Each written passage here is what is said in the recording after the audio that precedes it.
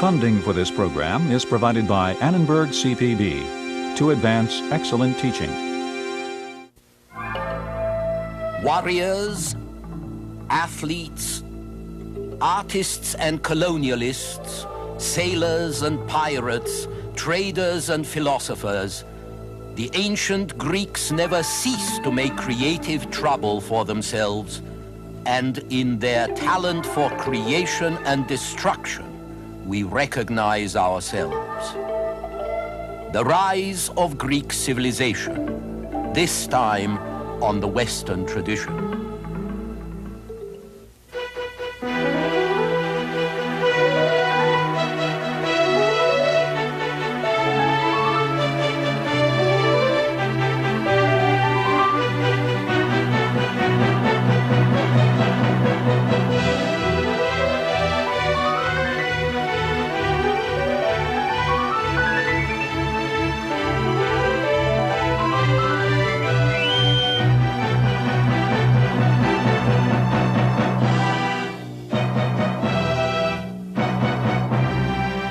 And now UCLA professor Eugen Weber's continuing journey through the history of Western civilization. The Western tradition really begins with the Greeks. Our kind of institutions, our kind of thinking, even our kind of sinning, are all connected with the rationalism of the Greek mind.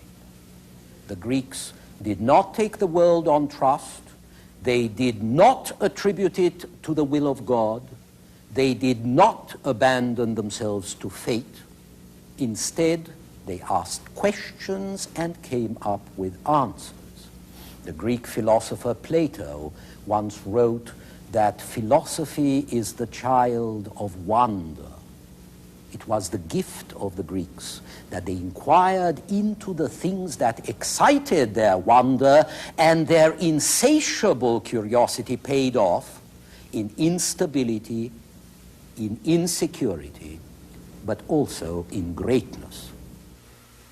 Let's begin with a Greece of 3,200 years ago, around 1200 BC, when a series of invasions and wars shook the ancient world from Anatolia to Egypt.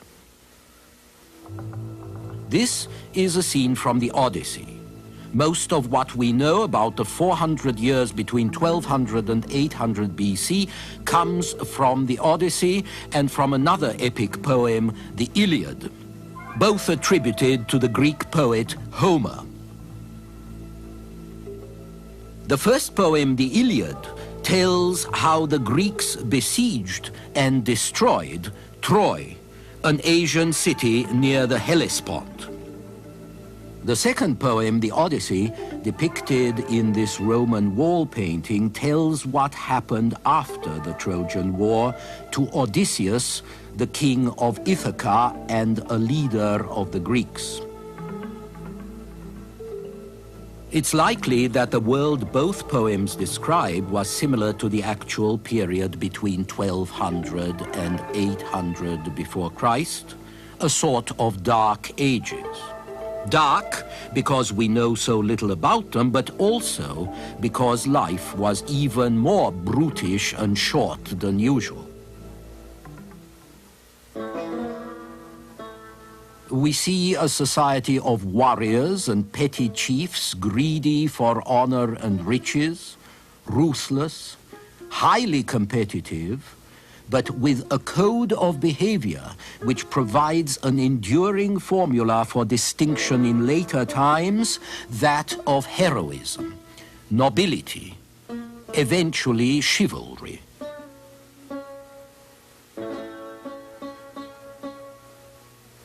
By the 8th century BC, the heroic quest for glory had been ritualized by the Greeks in great competitive games. We know this best from the games established at Olympia in 776 before Christ. The Greek name for the games was agon, the word for contest or competition from which our word agony derives. The honor you strove for was so high that neither agony nor even life were too high a price to pay for winning. On the other hand, the Greek athletes were realistic as well as materialistic. Athletes faced the agony of competition because they wanted to win prizes. A winner might well be fed, clothed, possibly housed at his city's expense for the rest of his life, and he would pay no taxes. Later, through the centuries, the Greek athletes' very sensible way of looking at competition was going to be sterilized by people who thought that material concerns were base.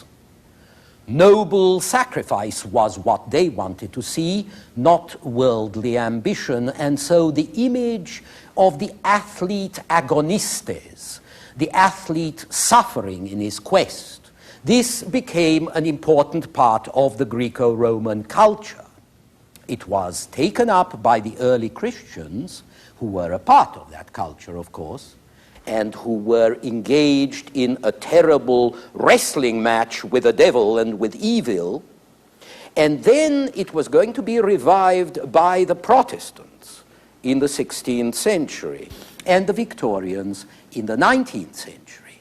And it's still with us today, as you can see in the disapproval of modern fans when they discover that their heroes are business people as much as they are athletes.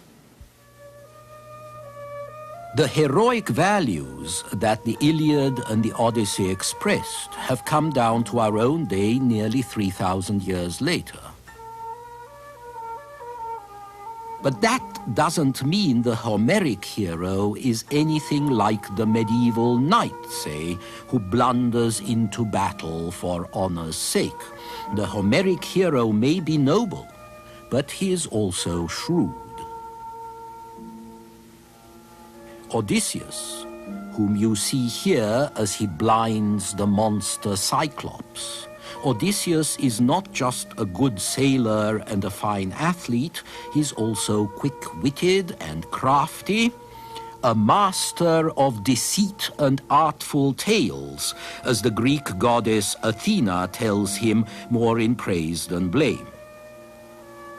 Athena compares Odysseus to herself, saying, "You are far the best of all mortals in counsel and speech, and I am celebrated among all gods in craft and cunning," which tells you something not only about Greek heroes, but also about Greek religion. Their gods like Pluto and Persephone here may have been supernatural and superhuman, but they were otherwise like men and women with human physiology and human passions. This humanization of the gods was something new, a revolution in religion. Gods were to be honored as men were, with palaces like this one in Sicily, where they could live and keep the offerings they got and be worshipped. But only gods would be worshipped, not pharaohs, not kings. For unlike Persians, the Greeks worshipped no man as master, only the gods. So now, for the first time, man is the measure of all things, as the Greek philosopher Protagoras said in the 5th century before Christ. This was an extraordinary assertion to make in a world where normal men and women still seemed very puny, and probably felt very puny in an immensely vast, immensely mysterious universe of which they knew almost nothing. And yet, in the same era, we come upon an Athenian statesman, Pericles, extolling not just men, but free men, and the advantages of individual liberty. We live as free citizens, says Pericles, not only in our public life, but in our attitude to one another in the affairs of daily life. We are not angry at our neighbor if he behaves as he pleases. We do not cast sour looks at him, which, if they do no harm, cause pain. The ruins of Athens remain monuments to Pericles' vision of his city as a center for art, literature, and wonderful architecture. But Athens was only one of hundreds of Greek city-states in the 5th century before Christ, each of which was called a polis, meaning both city and state, but also commonwealth, a body of citizens in an autonomous fatherland. These polis spread from the Black Sea to the Western Mediterranean.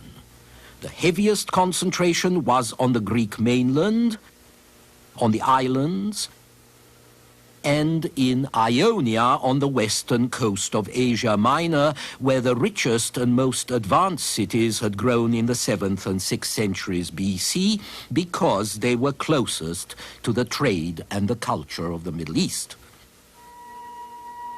The scale of polis was small, partly because of geography. Greece, Ionia, and the islands are checkerboards of mountains, valleys, and small plains, which tends to make for isolated settlements that have easier access to the surrounding sea than to one another. So the sea became the Greek highway par excellence. It was on the sea that Greeks sailed, traded, raided, pirated. But polis, like Selinus, the ruins of which we see here, were also small because the Greeks thought they should be small. Plato thought the ideal city should have 5,000 citizens, which really meant a population of 20,000 or so, not counting a few resident aliens. Women, foreigners, and slaves, of course, had no civic rights in ancient Greece, but then that was true of most of the world until the 19th century. As it turned out, some polis were very tiny, and only 3 in the 5th century BC had more than 20,000 citizens, that is about 100,000, Athens foremost among them.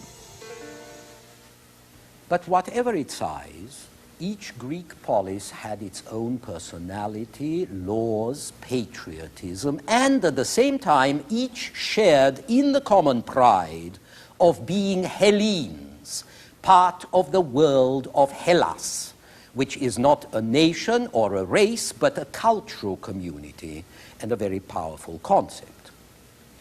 The Homeric myth attributes the community of Hellas to a common ancestor, a hero called Helen or Helenus, and then to common action in the Trojan War.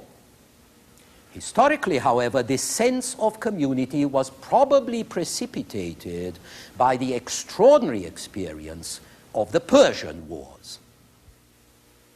Between the middle of the 6th century BC and the beginning of the 5th, the Greeks provoked and then withstood the immense might of the Persian Empire. They defeated the Persians not once, but several times, most notably at Marathon in 490 BC, at Salamis in 480, and finally at Plataea in the following year. Marathon and Plataea were great victories for what the Greeks called hoplites, disciplined, heavy-armed infantry fighting in close formation. These hoplites would become the basis of Greek military success for the next 200 years. But Marathon and Plataea were also great victories for the notion of community. The squabbling Greek polis had to bury their differences and join together against the foreign barbarians who didn't speak Greek, but something that sounded like ba, ba, ba.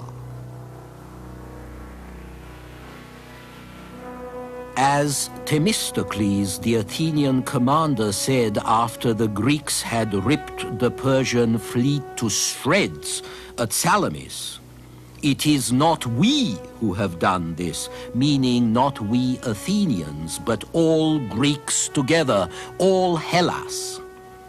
And out of these victories, an awareness would grow of Greece and of a common Greek spirit, which hadn't existed before. It was a critically important impulse to Greek confidence, indeed to Greek civilization. We can talk about a Greek civilization because despite geographical dispersion, political fragmentation, endless bloody conflicts, the Hellenes shared a strong cultural unity in language, in common myths, in similar customs, you might say in a common cultural personality. No matter what polis they lived in, they were quick to adopt skills and practices they found useful and then improve them and make them their own. They took the Phoenician alphabet, they added vowel sounds, and they turned it into Greek. They didn't invent pottery, but they individualized it. By the 6th century BC, potters and other artists were signing their work, a revolutionary step that proclaimed the artist as an individual.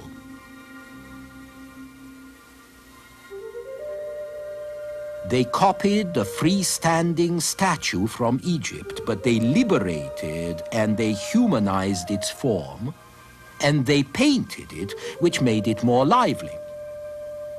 And they also invented the nude as an art form, one more assertion of human confidence.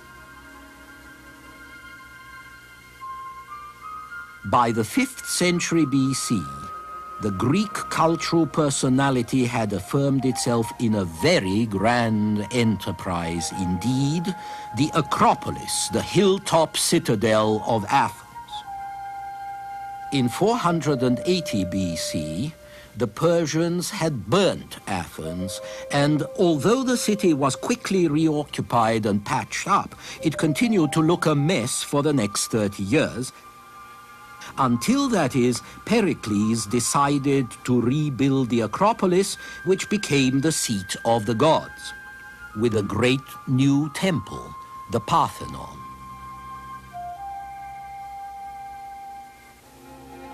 Inside, a giant statue was raised of the goddess Athena to bear witness to her power and the power of Athens itself. This was all done so quickly, within 11 years, that the technical tour de force impressed the Greeks as much as the grandeur of the result.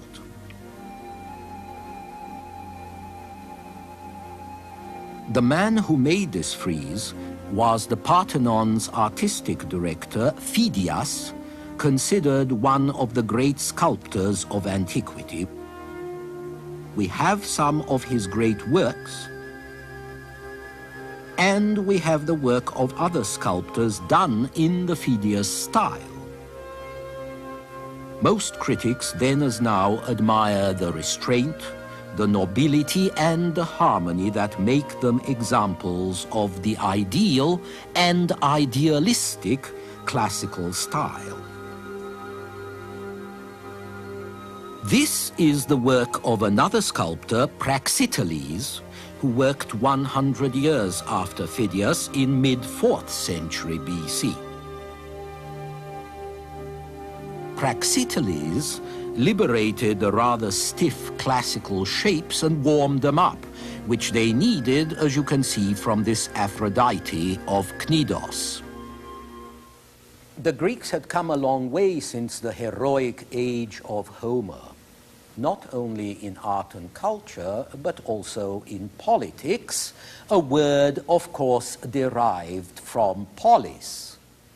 By the end of the 6th century before Christ, most of the polis had cast off the rule of kings and princes and tried a variety of governments. There was tyranny, a kind of constitutional dictatorship not necessarily unpopular. There was aristocracy, the rule of the best or the best born, and oligarchy, the rule of the few, and democracy, the rule of the demos, the people, the crowd, or there was some combination of these, as in the Athens of Pericles. In Athens, all citizens had equal rights, but, as Pericles wrote in the 5th century before Christ, when a man is distinguished in any way, he is more highly honored in public life, not as a matter of privilege, but as a recognition of merit. On the other hand, anyone who can do the city good is not debarred by poverty or by the obscurity of his position. Pericles isn't meant to be taken literally, of course. Aristocracy wasn't really the rule of the best men, but rather of a few leaders drawn from old, wealthy families. And democracy wasn't really the rule of all the people, but only a few thousand free-born men. Still, a poor Athenian like Demosthenes could become a political leader in the 4th century BC, and we can see in his success that even an ideal can define values and encourage aspirations which in turn can affect and change society.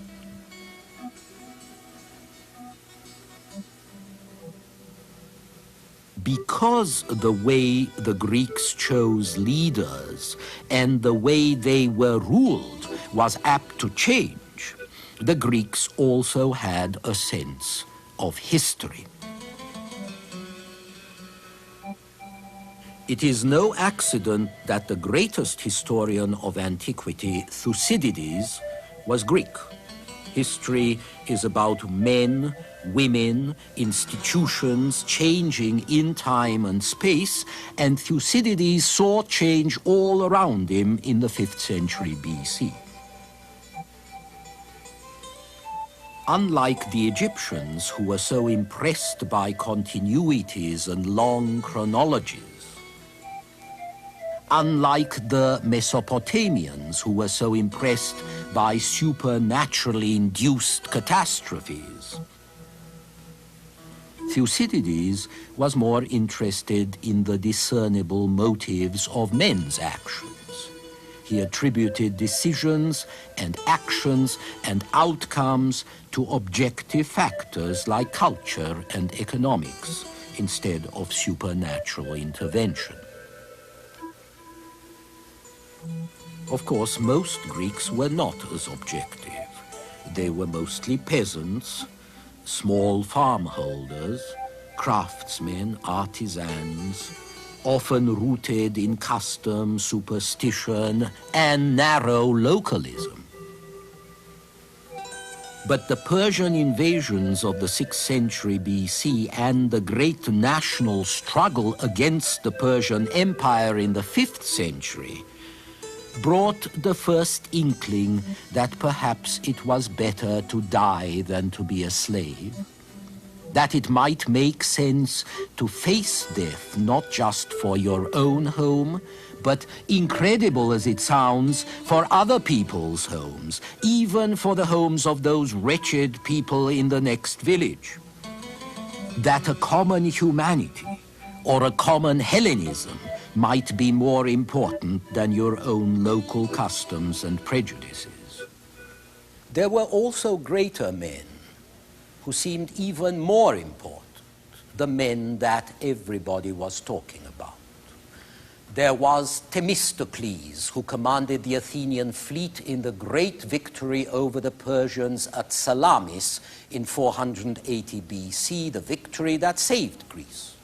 There was Aristides the Just, a contemporary of Themistocles, who administered the finances of Athens and the finances of its allies so honestly. There was Miltiades, the hero of Marathon, and Hecataeus of Miletus, who made a picture of the earth showing all the countries and the cities and the rivers, and Pythagoras, the wise teacher who discovered so much about numbers and about the wickedness of the world.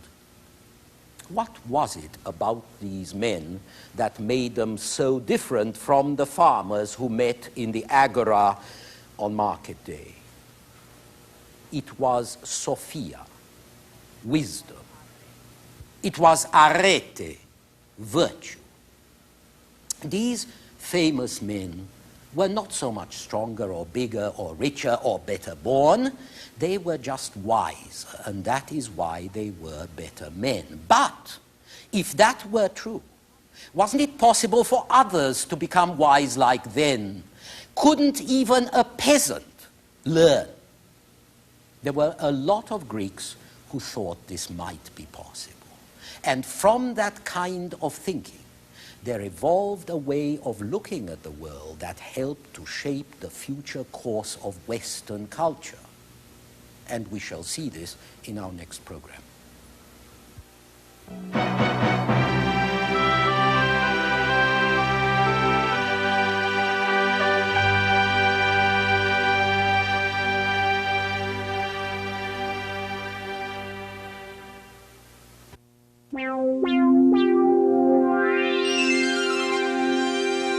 Funding for this program is provided by Annenberg CPB to advance excellent teaching. For information about this and other Annenberg CPB programs, call 1-800-LEARNER and visit us at www.learner.org.